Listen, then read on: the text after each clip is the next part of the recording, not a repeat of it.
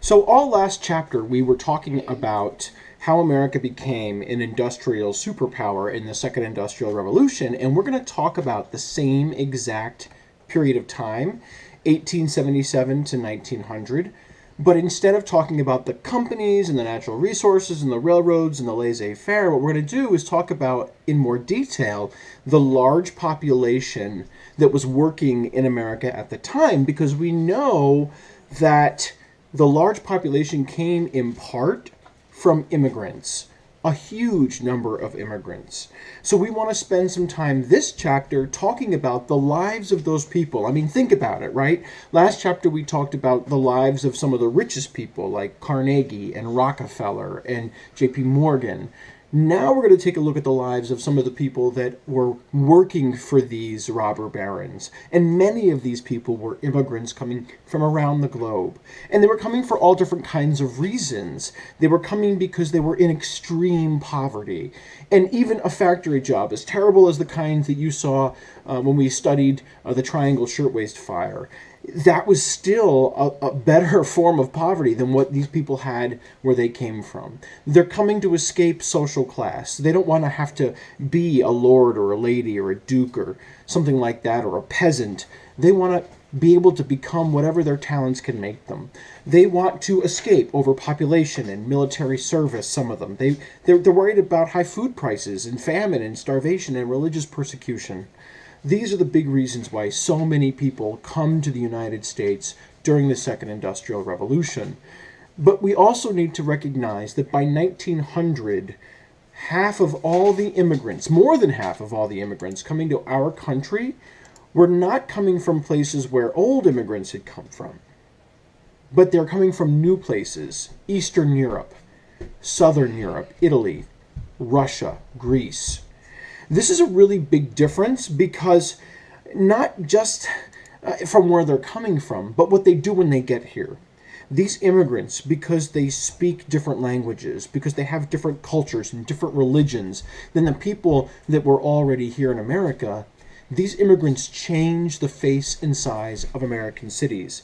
Because when they get here in huge numbers, they don't speak English. They don't practice the faiths of many people that were already here.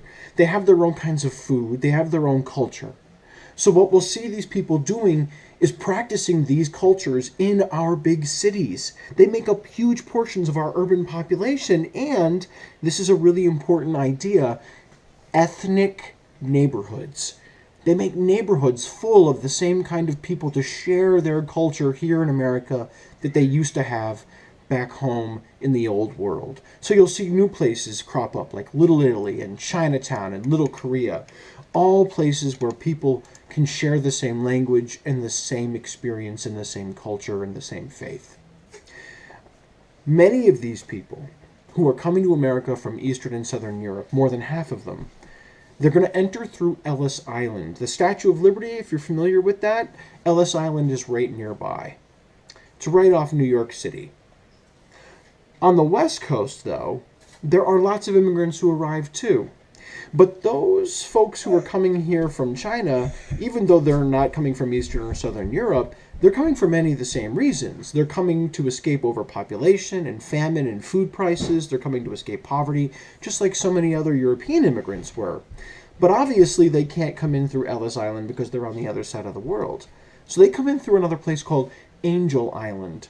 But what's terribly different about Angel Island is that the wait to get into America could last months. If you were lucky, many didn't get in at all. Ellis Island, on the other hand, if you were coming from Europe, you could be in America in a matter of days, sometimes hours, but not if you were coming from China. Even though many of these people settled in the West, they worked as laborers and servants and merchants, and they were really important to our railroads, it didn't matter, because, frankly, in America at the time, there was something growing. It's called nativism, and I need you to circle that in your notes, because nativism is a topic we're going to come back to again and again and again and again.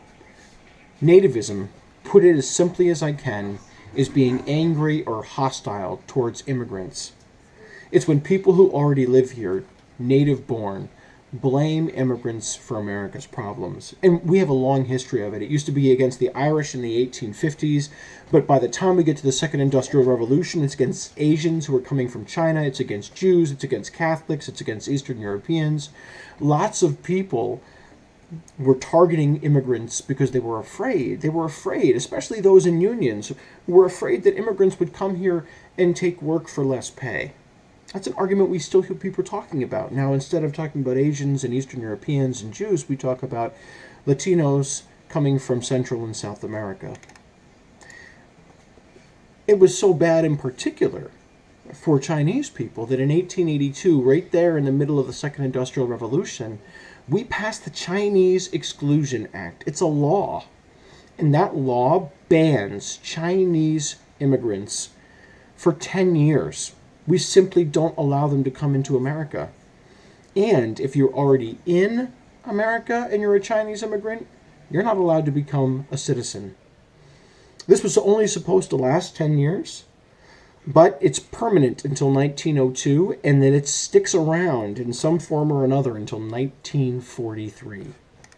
I'm bringing this up because I just need you to realize that there are lots of people even back in the Second Industrial Revolution, who look at this large population that made us so strong and gave us such strength, they look at that as a weakness.